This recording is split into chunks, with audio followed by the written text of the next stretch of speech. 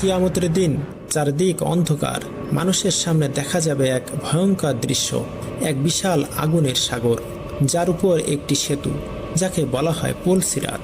চুলের থেকেও পাতলা, তলোয়ারের থেকেও ধারালো, তার নিচে জাহান্নামের আগুন জ্বলছে, যা কখনো নিভবে না।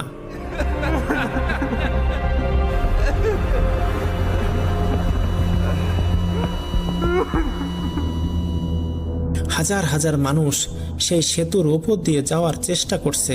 কেউ বিদ্যুতের মতো দ্রুত চলে যাচ্ছে, আবার কেউ হামাগুড়ি দিচ্ছে, আর কেউ একদম ভারসাম্য হারিয়ে নিচে পড়ছে জাহান্নামের ভয়ঙ্কর গভীরে। আজকের ভিডিওটিতে আমরা